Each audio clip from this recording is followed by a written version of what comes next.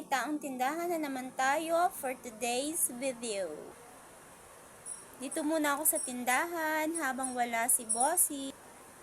Sensya na kayo sa akin ha, baguhan pa ako sa ganitong gawain. Ginagawa ko lang to kapag ako'y mag-isa dito. Ngayon, nakatapos na akong magluto, maglinis, dito ako sa tindahan. So, habang nandito ako, ayan, magbablog ng konti. Nang sa ganon, pagtanda ko, di makita ko naman ang pinagagagawa ko ng ganitong edad, diba? Salamat kung may manood, at kung wala, yun. Naging kaligayahan ko na rin ang mag-video. Medida, 10. Ilan? Fine ka.